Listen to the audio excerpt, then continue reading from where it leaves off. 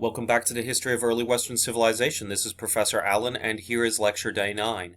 As we are continuing with our Greek history still, we are now specifically on Alexander the Great, as of last time. And last time, if you recall, Philip of Macedon, Alexander's father, took over all of Greece. When he died, Alexander inherited all of the power of Greece. And it then started making plans immediately to start taking over Persia, which is all of this dark blue area. He is now kind of on the border of Persia after he's taken the last of the three capitals. Of those three capitals, it was Persepolis. The previous two were, of course, Babylon and Susa. And after he kind of settles in Persepolis for a few weeks, he kind of starts making plans to find out what is on the other side of Persia, and to extend the kingdom even more so at this point, as since he has now conquered Persia, he wants to keep growing his empire. Persia wasn't enough, obviously, for him. He wants more. He wants to explore and conquer the entire known world at the time, and so that's what he starts making progress doing. At this point, as he starts kind of journeying up in this area right here, a lot of this traveling is really taking a mental toll on the Macedonians, as well as Alexander himself. Okay? His soldiers, many of them don't want to continue. Many of them are getting very upset with now multiple years of being gone. I think it's about 4 or 5 years almost at this point that they've been gone. And it's going to be much more than that.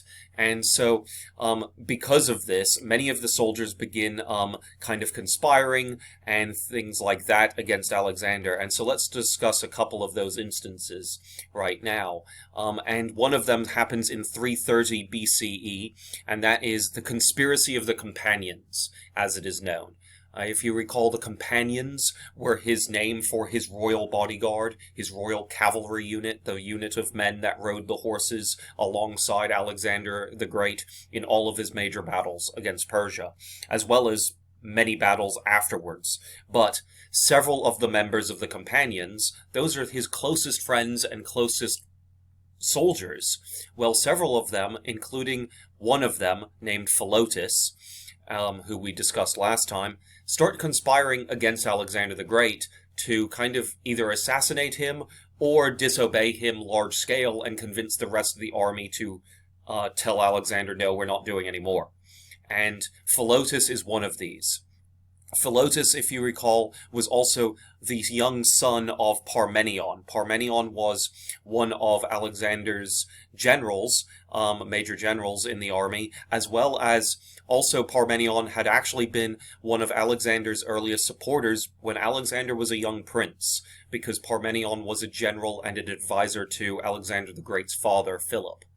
And so Parmenion at this time is over in Greece, taking care of things in Greece. He is now in charge of Greece, and other generals have kind of been swapping back and forth. One general goes over to Greece for a while and then comes back, to report back to Alexander as another one takes over. And they're kind of doing swapsies on where Alexander puts each of these generals.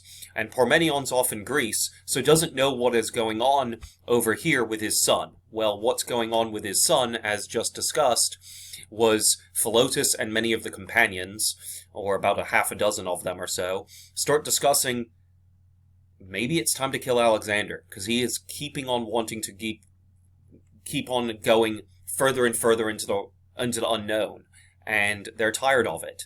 And one day, Philotas, while talking to Alexander about multiple things, they were very close friends, actually lets it spill. He kind of lets it spill out of possibly guilt. Maybe it's a bit of a slip of the tongue at first, and then it all falls out afterwards. But one way or another, Philotas confesses what the companions are planning, and that he is a member of this conspiracy. And so Alexander the Great gets extremely angry, and he orders the execution of all of those members that Philotas names, including Philotas. And so Philotas and his men are all executed at the camp that they are staying at during this time, as they're kind of journeying into this area right here, near the Caspian Sea. This is the Caspian Sea. And so they're right near that area during this period. And Philotas and his several of his fellow companions that were in this conspiracy are all executed. Alexander, realizing that word is going to get back all the way across the empire, it might take weeks, for word and rumor to get back all the way to Greece about what happened, but Parmenion will hear about this eventually, and Alexander fears some kind of reprisal from the general Parmenion, that maybe Parmenion will recruit soldiers as well as other mercenaries and things in Greece and soldiers all over the empire to fight against Alexander in vengeance for his son. So Alexander secretly tells one of his other men, one of his bodyguard soldiers that he does trust, to ride across the entire empire from here all the way to here. And it takes about a week to do it, or maybe even 2 weeks, non-stop, using that kind of same method of the Pony Express that the Persians used, basically that. And he basically orders one of his men to do that, and that man travels all the way to Greece with a message to tell other soldiers in Greece, we need to kill Parmenion. And so what ends up happening is these soldiers get to Parmenion in Greece, get to see Parmenion, and right away when they walk up to him, they pull their swords and stab him. And he doesn't know why. He dies never knowing or understanding that his son was killed in this conspiracy, and that was the only reason that he's being killed. He thought that something happened where he had upset Alexander, or didn't even realize it before he was dead. So that is the first one. 2 years later, during actually a big party after conquering this portion of the empire, Cletus the Black, Alexander the Great, and all of the other companions and generals, or many of them, as we've discussed, actually have this giant drunken party. Okay? And this happens all the time after their big battles, but remember, they're drinking Drock, which is unwatered down wine, and during this celebration, words are said between Cletus the Black. Remember, Cletus the Black is nicknamed that because of his dark hair, while all of the other Macedonians mostly have blonde hair or light brown hair. And so Cletus the Black, who saved Alexander the Great at the Battle of Granicus River and has fought alongside Alexander in many of the closest battles as one of the companion cavalry, actually starts saying words against Alexander. Several insults come out, and insults come back from Alexander against Cletus the Black. And at one point, they almost go to blows, and when people kind of separate them, Alexander actually grabs a spear that is just kind of next to everybody because they're in the military camp. He grabs the spear and he throws it at Cletus the Black and kills him. This spear thrown completely drunkenly in this fit of rage hits Cletus and kills him.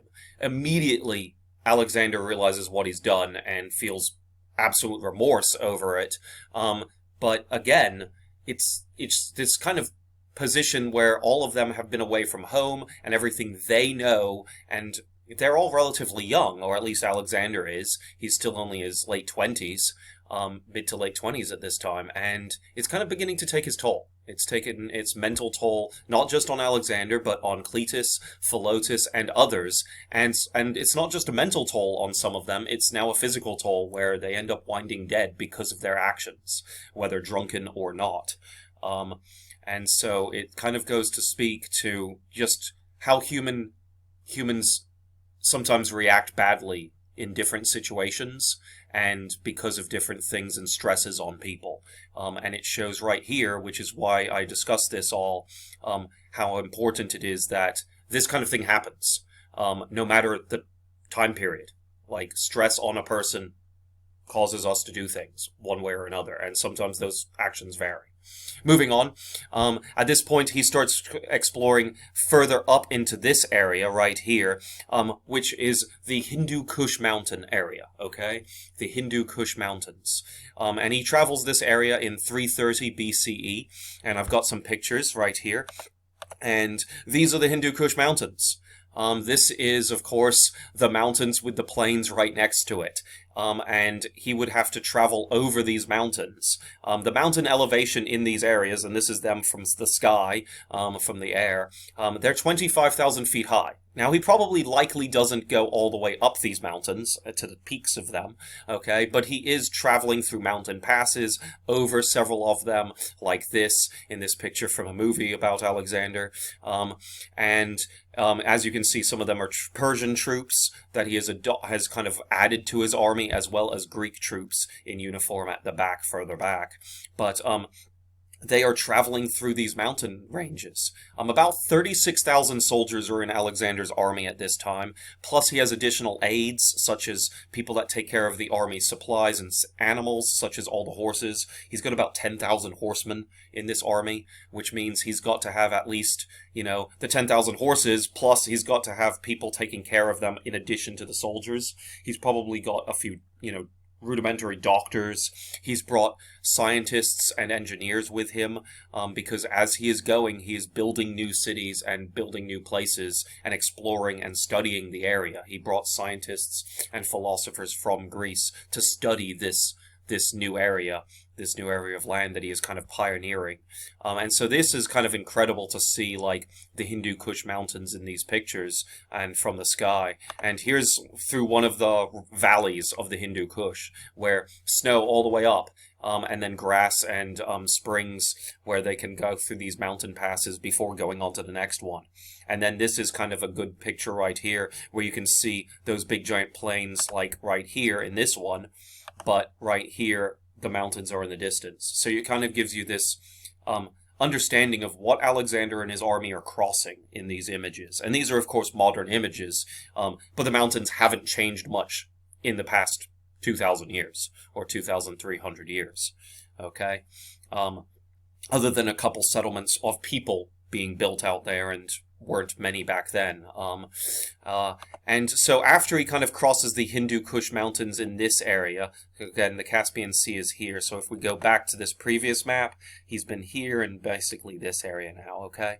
And so he's traveled all the way from Babylon and Susa right here, with the Persian Gulf. This is the edge of the Fertile Crescent in the Mesopotamia area right here, and he's traveled all of this area down here, and now he's traveling up through this area here. And so as he's traveling through the mountains here, he gets to this area called Bactria, or Bactria, depending on your pronunciation. And in this area has is its own little kingdom. Okay, there's this own little civilization called the Bactrians, okay, that live there. And their king meets with Alexander and immediately realizes Alexander is this king from nearby and this great empire, and wants to make an alliance with Alexander. And Alexander is more than happy to make alliances with other kingdoms and kind of bring them under his rule, or at least make them allies of his going forward, as opposed to having to fight them. And so, as especially when they want to do so at first, without fighting him first, remember? Like he did in the Persia along the in Asia Minor multiple times, as well as in Egypt. They all swore loyalty to him right away, as opposed to fighting him. When they fought him, places like that got burned to the ground, right? And so Bactria realizes the best or better way to act with Alexander is through peace. And so the king offers his daughter Roxanne, okay, to marry Alexander. And Alexander does marry Roxanne in 327 BCE. This marriage was originally done for political alliance with Bactria, but it is written by Alexander, as well as others on Alexander's in his camp, and the historians that keep track of this period of Alexander's life, that he actually kind of almost fell in love with her at first sight, because she was very exotic. She was just exotic from his point of view, okay? She was kind of Asian and Indian in descent, while he was Greek.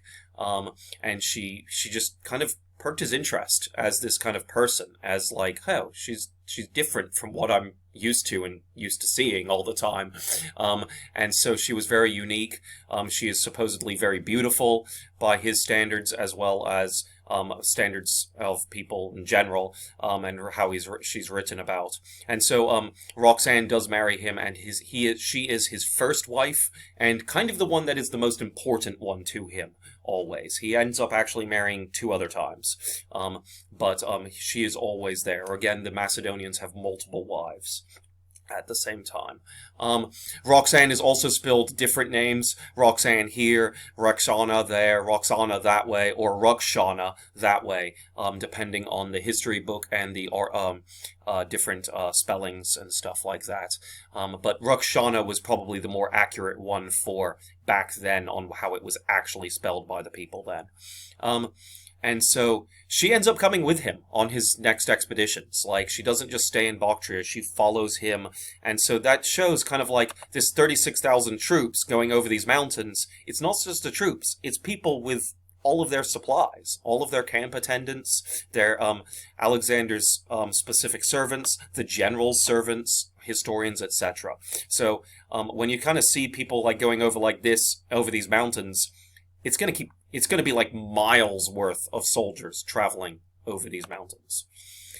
As the Macedonian army kind of leaves this area right here and starts going into the rivers of this area in India, we end up having the Alexandrians hear a lot of crazy stories. A lot of crazy stories about the people of India.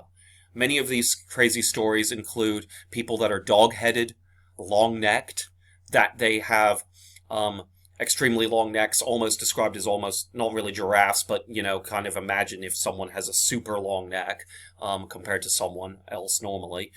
Eyes on the backs of their heads, and that they are also, the people of India have many elephants in their armies. All things that scare the Macedonians. Now, are these stories true? Well, the elephant part definitely is. The others? Dog-headed people? Probably a mask of some sort over them, or a hat or something, like a helmet or something. The long-necked people, maybe if you've seen pictures of people in Africa as well as people in Asia, sometimes they put those rings around their necks to extend their necks a little bit. There's different cultures for that. Usually it's a religious thing or a cultural idea. So maybe they were hearing stories about people like that did that. People with eyes on the backs of their heads, paint, jewelry, something like that. And so all of these answers, these things aren't real. Like, obviously it's not real. They're not aliens. But when you hear something like an alien or a monster story, and you don't know any better when you're a child, that's what you kind of imagine things and stuff, and that's obviously what the Macedonians are. They're hearing these stories, and they have no idea what's out here. And back then, things like this could be real, okay? They didn't know they weren't. And so they start really wondering what all of these things are meaning. Well, eventually, as they keep going further and further into India, and into this Indus River Valley here, okay, they end up actually meeting an army of the native Indians there, and they are under the King Porus of Punjab of India. The Punjab people of India. And this battle happens at the Battle of Hydaspes River, okay, at the Hydaspes River in May 326 BCE. The Indian army is relatively large. We don't have exact numbers. It's kind of difficult to say. But supposedly it was around the same size of Alexander's army. But in addition to its own infantry and cavalry, it had 200 war elephants. The last time the Macedonians and the Greek army fought against elephants, there were only 15 of them. 15 to 20 of them at the battle that we talked about last time against Persia. Well, this has 200. And so this is an incredible amount of elephants. And as you can see, they would have a rider here, and they would have this kind of armored wooden box that was kind of strapped to the elephant like a saddle, and the Indian soldiers would be on top of it with spears and bows and arrows and things like that. And elephants are absolutely terrifying in battle. They can stomp on people. They could use their tusks to stab people or hit people. They were trained to wield weapons, such as using logs or spears or even swords in their trunks, like an arm. They could hit someone with their trunk. They could just ram into people with their bulk and their weight. They could crush not only just people, but horses under their size. They're absolutely terrifying. It's like fighting this giant monster. And the Macedonians suffered dearly at this battle. They did win this battle, but Alexander was thrown from his horse, and his horse was Bucephalus, if you recall. His horse was killed at this battle. Alexander himself, when he is thrown from the horse, is injured and tries to get up, and does get up supposedly, and then is knocked down by either an elephant or a weapon of some sort. We are not exactly sure, but Alexander almost dies from this battle, and the Macedonian casualties are very high. Many of the Macedonian soldiers do die during this battle. It's almost a loss for Alexander's army, but they do end up actually winning it.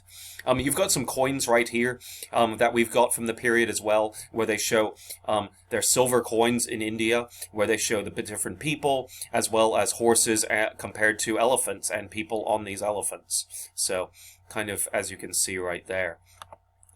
Moving on, after that battle, Alexander heals for a little while, and they kind of stop for a bit, and then they start kind of pushing on a bit more, and then eventually they just have rain after rain after rain come day after day after day, until it gets to the point where it rains non-stop for about 10 weeks. And this is because they have entered monsoon season, which is in India, as well as other tropical places in the world. Monsoon season is when it's just almost endless rain, okay? Basically like hurricane season, but with the storms over top, without maybe the wind. But it's just weeks upon weeks of rain, and during this period, many of Alexander's soldiers get sick with malaria or dysentery.